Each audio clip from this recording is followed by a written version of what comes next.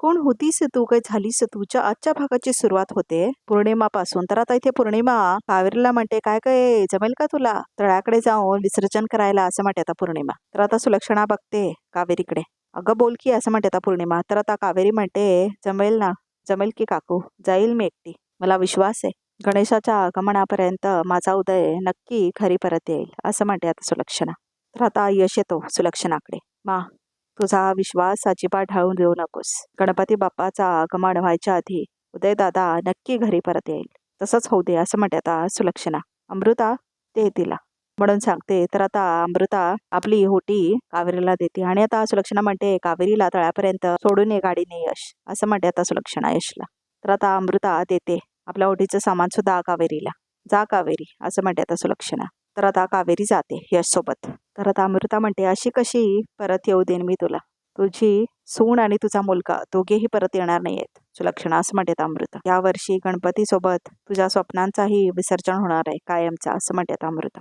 तर आता इथे यमुना डेकोरेशन करत असते गणपतीसाठी. विद्या, झालंय का सगळं नीट? तर आता विद्या म्हणते, हा झालंय तसं, पण कसं, असं म्हणते आता यमुना. झालंय, छान झालंय, असं म्हणते आता विद्या. काय तुम्ही दोघी हसताय, झालं का नाही सगळं करून, असं म्हणते आता पौर्णिमा. झालं ना सगळं डेकोरेशन करून? हो, असं म्हणतात. धर्माधिकारी इथेच राहतात का, असं म्हणून आता एक आजा आणि एक आजी येतात धर्माधिकाऱ्यांच्या घरामध्ये. हो, असं म्हणते आता विद्या आणि आता ती जाते. नमस्कार, बोला ना, असं म्हणते आता विद्या. धर्माधिकारी इथेच राहतात ना, असं म्हणतो तो आजा.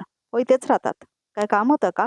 तर आता मिसिंगचं पोस्टर असतं ना उदयचं, तो दाखवतो आता तो माणूस. हे पोस्टर्स तुम्हीच लावलेत ना सगळीकडे, असं म्हणतो आता तो आजा. हो, असं म्हणते आता विद्या. हे पोस्टर्स आम्हीच लावलेत काका, तुम्हाला काही माहिती आहे का? तर आता सुलक्षणा येते आणि म्हणते, काय झालं विद्या, उदय भाऊजीचं पोस्टर? हा माझा मुलगा आहे उदय, असं म्हणते आता सुलक्षणा. आपण कोण?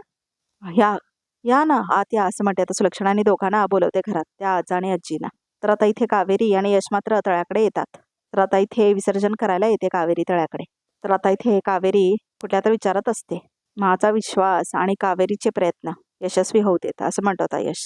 तर आता कावेरीला चक्कर आल्यासारखे होते आणि आता यश बघतो ते की कावेरीला चक्कर येते म्हणून. तर आता यश तिला पकडतो, कावेरी, असं म्हणून तिला पकडतो आणि आता तो तिला बेंचवर बसवतो. बसा बसा, असं म्हणतो आता तो तिला. काय झालं तुम्हाला, आर यू ओके, असं म्हणतो आता यश. तर आता कावेरी म्हणते, हो. तर आता पाणी वाजवतो तिला यश. पाणी पिऊन घ्या, असं म्हणतो आता यश. तर आता कावेरी म्हणते, गणपती बसवून पूजे होईस तोपर्यंत मी काहीही घेणार नाहीये, आज काही करून मी हे व्रत पूर्ण करणार आहे, असं म्हणते आता कावेरी. उदय दादा परत घरी यावा म्हणून तुम्ही जे काय प्रयत्न करताय ते देव बाप्पा बघतोय. पाणी पिण्याने ते बोलणार नाहीये, हे घ्या, पाणी पिऊन घ्या, असं म्हणतो आता यश. खरंच नको आहे मला, असं म्हणते आता कावेरी. तर आता बळजबरीने यश तिला पाणी पाजवतो. तर आता यश म्हणतो, गाडीत काही फळं आहेत तीही खाऊन घ्या, बरं वाटेल तुम्हाला, मी आलोच, असं म्हणतो आता यश. तर आता कावेरी म्हणते, अहो मी नरजाळी उपवास करणार होते, तुम्ही मला पाणी प्यायला लावलं, आता फळं वगैरे नको, असं म्हणते आता कावेरी. तब्येतीपेक्षा उपवास वगैरे मोठा नाही, देव समजून घेईल तुम्हाला, 2 मिनिटं इथेच बसा, मी फळं घेऊन येतो, असं म्हणतो आता यश. अहो पण, असं म्हणते आता कावेरी. सांगा ना, तुम्ही पाहिलं का माझ्या मुदईला, असं म्हणते आता सुलक्षणा त्या दाम्पत्याला. अहो तुमच्या मुलाचा तिथे ऍक्सिडेंट झाला ना, तिथेच आमचा गाव आहे, त्याच गावात एक शाळा आहे, तिथे मी शिकवते आणि माझा जाण्या येण्याचा रस्ता जंगलातूनच आहे. तिथं मला तुमचा मुलगा सापडला. अहो जखमी होता तो आणि त्याला मदतीची खूप गरज होती, म्हणून आम्ही त्याला आमच्या घरी घेऊन आलो. तुम्ही अगदी देवासारखे धावून आला तो माझ्या उदयसाठी. माझ्यावर डोंगरा एवढे उपकार आहेत तुमचे. पण आता कुठे येतो? तुमच्याच घरी आहे ना, आता का नाही आणलात तुम्ही त्याला तुमच्यासोबत? तर अमृता म्हणते, मावशी जरा शांत हो, पुढे काय झालं, असं म्हणते अमृता. उदय जिजू सुखरूप आहेत ना? अहो तो बरा होत होता, पण काय झालं, एक दिवस अचानक घर सोडून निघून गेला, आम्हाला कळवलं पण नाही त्यानं. खूप शोधायचा प्रयत्न केला आम्ही, नाही सापडला, असं म्हणते आता ती आजी. आणि एक दिवस काय, असं म्हणते आता सुलक्षणा. एक दिवस काय, बोला ना. तर आता तो माणूस म्हणतो, माफ करा ताई, आम्हाला सांगताना खूप त्रास होतोय, पण एक दिवस आम्हाला एक बातमी कळली की तो गेलाय म्हणून, असं म्हणत होता तो आजचा. तर आता सगळ्यांना खूप मोठा धक्का बसतो, सुलक्षणाला, यमुनाला, पौर्णिमाला आणि आता विद्याला पण. आणि अमृता मात्र खूप खुश होते बघा प्रेक्षक हो. असं म्हणून आता विद्या येते सुलक्षणाकडे, कारण आता सुलक्षणाला एकदम धक्का बसतो ना. तर आता सुलक्षणा म्हणते, उदय सांभाळा स्वतःला वहिनी, असं म्हणते आता पौर्णिमा. असं कसं होईल ग, आपला असा उदय आपल्याला असं सोडून नाही जाऊ शकत, असं नाही होऊ शकत, असं कसं झालं, असं म्हणून आता रडायला लागते जोरजोरात सुलक्षणा. नाही ग, माझा उदय असं सोडून नाही जाणार, असं म्हणून आता सुलक्षणा रडायला लागते जोरजोरात. उदय म्हणून रडायला लागते जोरजोरात. मावशी शांत हो, असं म्हणून आता नाटक करते अमृता.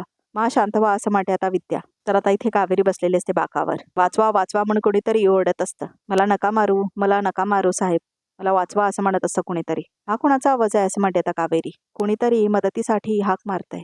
वाचवा वाचवा असा आवाज येत असतो. तर आता कावेरीच्या हातात, दोन्ही हातामध्ये जे हरतालिकेचे विसर्जन करण्यासाठी दिलेले असतात ना हार वगैरे, ती आता विसर्जन करते आणि पाया पडते आणि ऐकत असते कोणीतरी वाचवा वाचवा म्हणत असतात ते. ही माहिती देण्यासाठी तुम्ही इतक्या लांब आलात आणि जिजूच्या शेवटच्या काळात तुम्ही त्यांची काळजी घेतलीत, त्यासाठी सर्वांच्या वतीने मी तुमचे आभार मानते असं म्हणते अमृता. वाईट झालं ताई, माफ करा आम्हाला असं म्हणत होता तो माणूस. आम्ही फार काय त्याच्यासाठी करू शकलो नाही, निघतो आम्ही असं म्हणत होता ते बुजुर्ग दाम्पत्य. आणि सुलक्षणा मात्र खूप रडत असते उदय उदय म्हणून. तर आता तो माणूस जाता जाता अमृताला असं खूण करून जातो. म्हणजे आता त्या दोघांना अमृतानेच बोलवलं असतं बघा प्रेक्षकांनो, आणि खोटं सांगायला सगळं. तर आता अमृता खूप खुश होते. तर आता सुलक्षणा म्हणत असते असं कसं झालं नाही असं म्हणून रडायला लागते जोजरात सुलक्षणा. आणि आता ती देवासमोर जाते. ह्यापुढे तुझ्याकडे कसलीच तक्रार करणार नाहीये माझी, कसलीच तक्रार नाही. देवी आई मला कळून चुकलंय आता.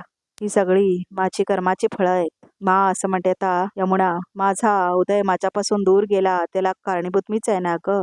मीच माझ्या उदयला माझ्यापासून दूर केलं ग. इतके दिवस कुठल्या तोंडाने मी तुला सांगत होते माझ्या उदयला माझ्याकडे परत आण म्हणून असं म्हणते आता सुलक्षणा. मी चुकले देवी आई, मी चुकले असं म्हणत असते आता सुलक्षणा. बाकी सगळे रडत असतात, विद्या, यमुना, पौर्णिमा वगैरे. मी आता फक्त माझा मुलगा गमावला नाहीये ग, धर्माधिकाऱ्यांचा वारस गमावलाय असं म्हणते आता सुलक्षणा. माझा चिकूने त्याच्या बाबाला गमावलाय, कावेरीने आपल्या पतीला गमावलंय असं म्हणते आता सुलक्षणा. आणि माझ्या यमुनाने आणि यशने त्यांचा भाऊ त्याला गमावलाय असं म्हणते आता सुलक्षणा. आणि आता सगळे रडायला लागतात जोरजोरात. वहिनी असं म्हणते आता पौर्णिमा, या सगळ्यांची मी गुन्हेगार आहे रे, ह्या सगळ्यांची मी गुन्हेगार आहे मा असं म्हणते आता यमुना. आणि हात जोडून सुलक्षणा माफ कर मला देवा असं म्हणत असते. आणि अमृता खूप खुश होत असते बघा प्रेक्षक हो. आणि ह्या गुन्ह्याची मला शिक्षा मिळायलाच हवी असं म्हणते आता सुलक्षणा. गुन्ह्याला माफी नाही, ह्याची शिक्षा मला मिळायलाच हवी. तू शांत हो मा असं म्हणते आता यमुना. बहिणी शांत व्हा असं म्हणत असते आता पौर्णिमा. शिक्षा म्हणून ह्या संसारातून, ह्या माझ्या घरातनं मी कायमचा संन्यास घेते असं म्हणते आता सुलक्षणा देवासमोर थांबून. हीच माझी शिक्षा मा असं म्हणते आता यमुना, मा असं म्हणते आता यमुना. तर आता सुलक्षणा मात्र देवासमोर येते आणि आता ती देवाला कुंकू हळद घालते, फुलं घालते. देवी आई तुला माझा अखेरचा नमस्कार असं म्हणते आता सुलक्षणा. तर अमृता खूप खुश होते सगळं बघून. आणि आता सुलक्षणा नमस्कार करते देवी आई समोर. तर आता मारत असतात एका माणसाला सगळे मिळून, मारायला म्हणून खूप मारत असतात आता त्याला. तर आता तेवढ्यातच तिथे कावेरी येते आणि तो माणूस रडत असतो खूप. अहो काय करताय तुम्ही, का मारताय त्यांना असं म्हणते आता कावेरी. तुला काय ग, निघ असं म्हणतात ते माणूस. तर आता कावेरी मात्र आपला कोकणचा जलवा दाखवते. परत आता काठी घेते हातात आणि लाठीघाठी घ्यायला लागते. तर आता त्या माणसाला ती वाचवते इथं आणि आता ती सगळ्यांना मारते. तर आता इथे विद्या लाडू बनवत असते. ते काका काकू काही बोलू दे, मला आतून असं वाटतंय की उदय भाऊजी ना काही झालं नसेल, ते सुखरूप असतील असं म्हणते आता विद्या. देवा गजानना उदय भाऊजींना सुखरूप ठेव असं म्हणते आता विद्या. आणि कावेरी वैदींना यश मिळू देत, दोन्हीही अर्थांनी झाले वै लाडू असं म्हणते आता विद्या. तर आता सुलक्षणा आपल्या खोलीमध्ये जाते. तर आता सुलक्षणा आपले दागिने वगैरे गजरा वगैरे काढून ठेवते आणि आरशासमोर बसलेली असते. थोड्या दिवसांनी आम्हाला अचानक बातमी कळली की तो गेलाय म्हणून असं म्हटलेले असतात नाही ते आजा, ते आठवतात आता सगळं सुलक्षणाला. मा म्हणून सगळे आता बाहेर थांबून दरवाजा आपटत असतात आणि म्हणत असतात ऐका ना म्हणत असतात. आणि आता ते खूप रडत असतात सगळे. मावशी दार उघड असं म्हणत असतात अमृता. आणि सुलक्षणा मात्र रडून रडून सगळे दागिने वस्त्र वगैरे काढत असते बघा प्रेक्षक हो. तर नथ वगैरे काढून ठेवते आता सुलक्षणा खाली. तर आता इथे कावेरी मात्र सगळ्या माणसाला खूप मारत असते बघा प्रेक्षक हो. तर आता इथे सुलक्षणा मात्र सगळे आपले दागिने वगैरे काढून ठेवत असते एक एक करून आणि आरशात बघत असते ते सगळं करताना. काकू सांग ना ग असं म्हणते यमुना. वहिनी आहो आम्ही सगळे बाहेर उभे आहोत, काय करताय तुम्ही, आत या ना बाहेर असं म्हणते आता पौर्णिमा. पण तुम्ही ठीक आहात ना असं म्हणते आता कावेरी. तेवढ्यातच ती गुंड आता कावेरीवर अटॅक करायला लागतात. तर आता ती मारते ते सगळ्यांना. तर आता तोपर्यंत त्या माणसाला ढकलतो दुसरा गुंड खाली. तर आता इथे सुलक्षणा सगळे दागिने काढून होतात. वंश तुम्ही समजावून सांगा ना प्लीज असं म्हणते विद्या. मा ऐक ना, तू प्लीज बाहेर ये ना, आपण बोलूया मा प्लीज असं म्हणते यमुना. तर आता इथे सुलक्षणा एक एक करून सगळे दागिने बाहेर काढून ठेवत असते बघा प्रेक्षक. आणि खूप दुःखी असते ती आणि आरशात बघत असते सगळं करताना ती. तर कुठला तर श्लोक म्हणत असते आता सुलक्षणा. भोगणे प्राप्त झाले असं कुठलं तरी श्लोक असतं. तर आता इथे कावेरी मात्र सगळ्या गुंडांना लांब ढकलते. आणि आता तो एक गुंड असतो ना, त्या मुलाला म्हणजेच ज्याला मारत असतात ना त्याला ढकलून टाकतो तो आता दरीखाली आणि तो पळून जातो तिथून. तर आता कावेरी जाते त्याला बघायला. वाचवा वाचवा म्हणून ओरडत असतो तो माणूस. तर आता कावेरी बघते. वाचवा वाचवा म्हणून खूप ओरडत असतो आता तो माणूस. वाचवा वाचवा असं म्हणत असतो तो आणि आता लोंबकळत असतो तो. तर आता सुलक्षणा मात्र पांढरी साडी नेसते.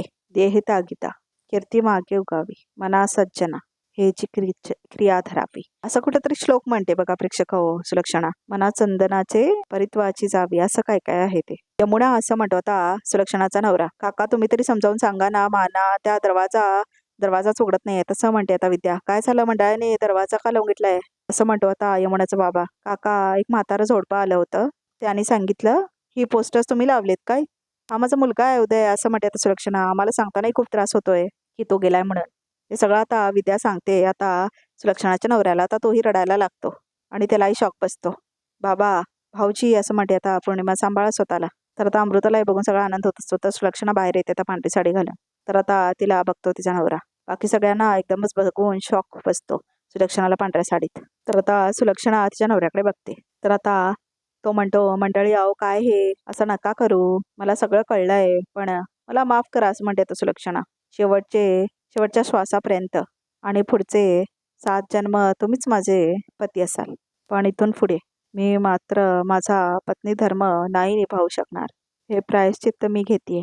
पण झळ मात्र तुमच्यापर्यंत पोचतीये ह्याचं दुःख होतंय मला असं म्हणते आता सुलक्षणा. पण मी शब्द दिलाय हो.